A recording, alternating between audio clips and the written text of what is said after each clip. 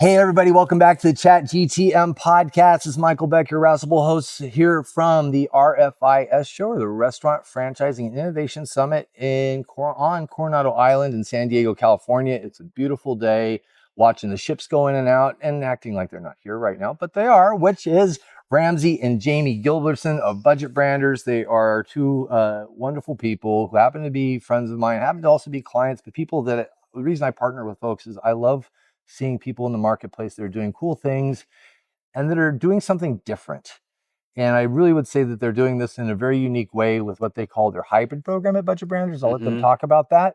But first off, good morning, guys. How are you today? Hey, good morning. Well rested. They're so bright-eyed and bushy-tailed. Now, so last night, everybody went on our cruise, and I can look around the show without saying names, and some people might have had a little bit too much fun last night. And we are all here awake and enjoying the morning. And you're probably up at 6 a.m. today, I bet. Earlier Pacific time, but yes. Okay. So that means they're out go getting it. Yes. Well, Ramsay and Jamie, thanks for coming on. Last night we had a wonderful event. We did this yacht tour that they do at these shows, and we got to go around the bay and see some kind of top secret naval vessels that we went by, which is really cool. But outside of the scenery, we measure the quality of these events by the networking we do, the people we talk to, the conversations we have, right? So tell me a little bit about coming to this event, who you're looking to talk to, or what kind of brands you're looking to talk to and why. Yeah, I think some of the different people we're trying to chat with are those kind of up and coming brands and companies who have a few locations and who are definitely getting ready to expand. And we're in a great position to help them. Okay. We have a printing facility in Michigan, so we can definitely help out with a few different programs. And we have our hybrid program, which I don't know if you want to talk about that. Before we do that, foundationally, what is Budget Branders? What do you do? What do you actually produce? Yeah. So it's custom branded restaurant supply products. Okay. So it's paper cups, plastic cups, to-go bags. We do it through a variety of importing and with our own facility in Michigan. Domestic production, mostly as a backup, but we're happy to fire it up for whatever people need. Fantastic. And so there's this picture that came out a couple of weeks ago, and you guys are adorable. I think it was your wing restaurant. Where was that photograph taken? Yeah, that was Fry Nation in the early years. So that was almost 15 years ago at this point. Yeah. But it was a fun to look back on that. I love it. Well, it tells a story, right? You guys were doing something and all of a sudden you came to this aha moment where you wanted to solve a problem, right? Tell me a little bit about that. How you went from being operators to being suppliers. Yeah, so there was a problem that we were having with Fry Nation in that we had some custom branded food items that nobody was really selling here in the United States. And so our only real option at that point was to learn how to bring them in from overseas, which was not really easy 15 years ago. There wasn't a great way to do it, but we learned how to do it for ourselves. And all of a sudden, other friends and peers in the hospitality restaurant industry, they're like, hey, can you do that for me? Can you do that for me? I'm looking for this. Can you get it? And you only have to hear that enough times to where you're like, okay, well, maybe opportunity knocks, right? Hey, this is a business idea. And so instead of having our one location in the mall with our food service operation, we open this up and off and running. Did you think he was crazy, or who thought of it first? Or knowing you guys, you probably thought of it together. No, I guess I would say Ramsay did. It was just kind of a natural thing, though. It was like, we definitely need to be doing this.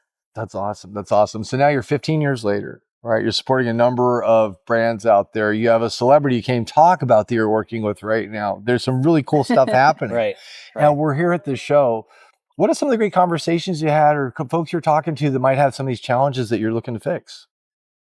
Yeah, one thing that comes up a lot is these companies that are small right now, but they're signing these massive franchise agreements. So there's these folks that we've been talking to that have 2 or 3 locations right now, and they have deals in place to get to over 100 within 2 or 3 years. Yeah, that's a very short amount of time. And these people have logistical issues. They're getting stuff from a variety of different places. They don't want their franchisees having to do it, and then their brand gets all mixed up. So that's something we want to get in early with these people and build a program that's scalable and repeatable. And probably most importantly, it takes it off their plate. They have more important things to do than worry about their plastic and paper cups. That's where we come in. And I was talking to one of the brands here, and they actually use a broker to get their product. Is that a common thing? It is, and it's a great way to get started. Yeah. It's a great way for small locations to kind of get their foot in the door with bigger buying programs, and they can get some good prices that way. I don't think that's a solution once you get past a certain point. Well, that broker is taking money in the middle, and I imagine that's adding to cost. Absolutely. Right? They're providing a service for it, but after you get to a certain point, you can use us to graduate. Yes. Yeah, you graduate. That's a great way to put it. Yeah, you graduate from the broker, and you have a company like us probably run it on a full-time basis. And so, Ramsay, you mentioned you have a number of programs, right? And the one that when we first started talking, you're really excited about, and I'm excited about too, which is your hybrid program. Guys, tell me a little bit about that. Yeah, so that's a program specifically for it's the emerging chains and established chains. We're importing all of their primary volume from overseas. They want that rock bottom pricing. Right. But with the importing, there comes risks. There are shipping delays. There are unpredictable tariffs. There are manufacturing delays that are on the other side of the world that may not get communicated on a timely basis. So problems arise with that. Sure. How do you insulate against that? Yeah, exactly. Yeah. So having a facility that you own and control is how you insulate. When problems happen, they need product quickly. Yeah. They're growing too fast. That's a common problem that we're hearing. And what's the gamut of goods you provide? You provide paper goods, plastic, lids, cups. What are the just general things that go? If you think about budget branders, what are the products we're looking at? Yeah, probably the entire scope of the food service industry. Oh, wow. But to put it into categories, plastic cups, paper cups, to-go bags, napkins. We really just want to be that one-stop shop where people don't have to shop around. Just they can call us and we can get everything for them. Fantastic. And do you work with like their mainline distributors to get them that product, or how is that delivered to them, or how do they get that stuff? Can they warehouse it somewhere? Tell me a little bit about that kind of locomotion between your production and their doorstep. Yes. Yeah. It depends on where you find the people in their journey. If they have if they're a little on the smaller side, at that point, folks are storing stuff in their garage. Right. And that's fine. We'll ship to your house. You can. If that's where they want it. But after you get to a certain point, it is shipping into broadline distribution usually for the data tracking and just the ease of getting things to your franchisees. Give me a myth that you bust about this kind of thing, about disposable goods, about being able to supply chain this stuff, or as a small brand or bigger brands. Yeah. Oh, do you have an answer that comes to the top of mind? You look like you had one there. There's no myths, no busting. Oh, there's myths and busting. Yeah, go ahead. Let's go. Let's bust it. I would say the easy one is it's people seem to think it's one or the other in terms of import and domestic production. Yeah.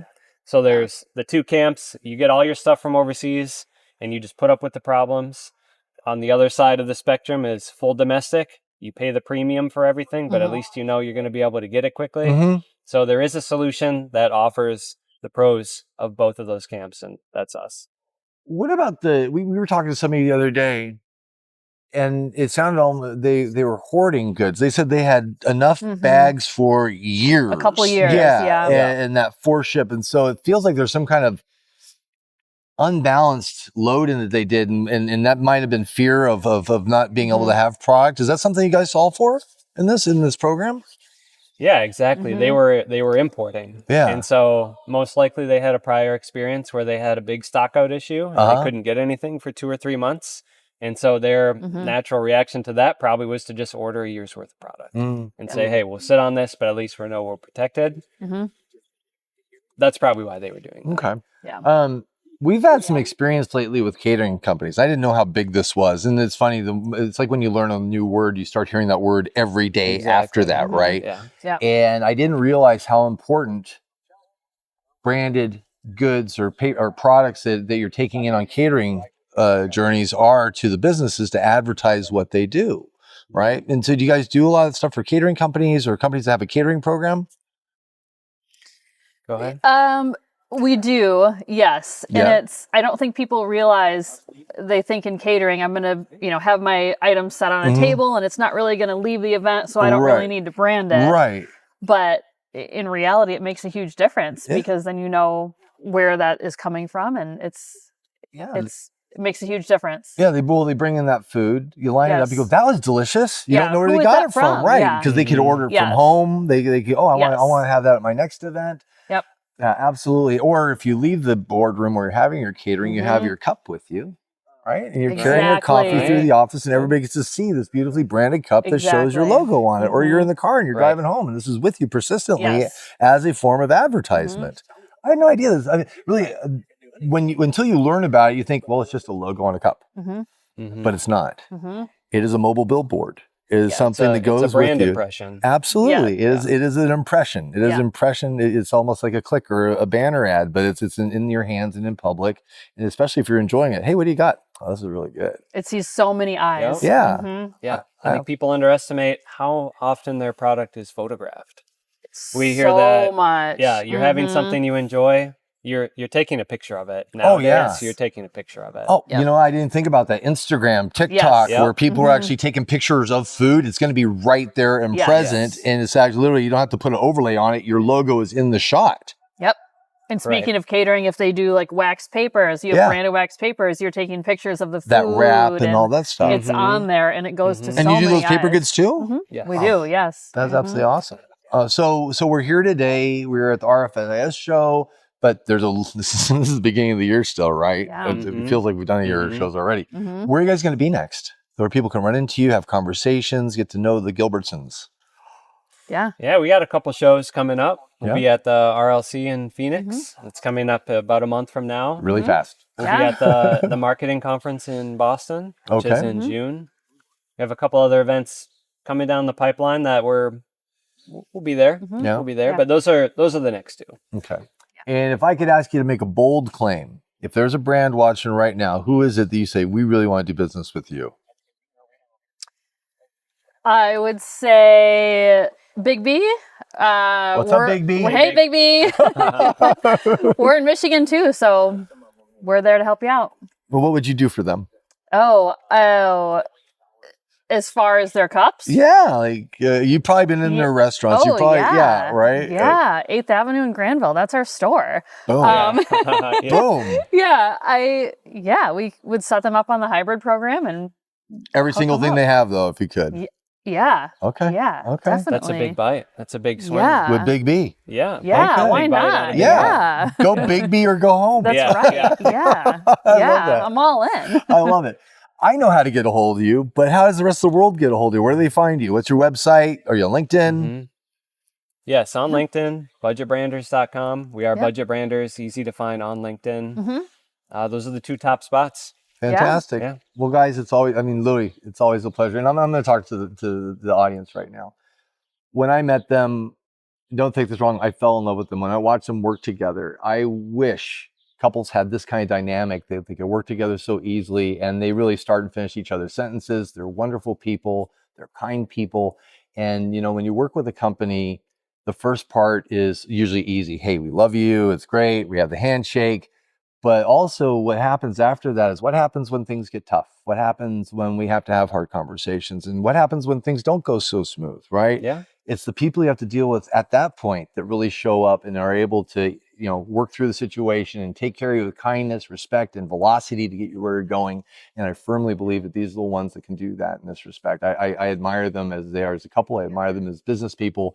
And I know that if you talk to them, you'd feel the same way too. So guys, thank you so much for joining me today. Thank you for this beautiful day together. Absolutely. Yeah, it's wonderful. And I can't wait to do the show in Phoenix with you too. Yes. And so for now, this is Ink Tank GTM's or the Chat GTM podcast signing off here from San Diego with Ramsay and Jamie Gilberson at Budget Branders. We'll see you guys in the next one and have a fantastic day. And as always, random acts of kindness, sprinkle that stuff everywhere. You never know whose day you're going to make better, just like they made my day better. See you guys.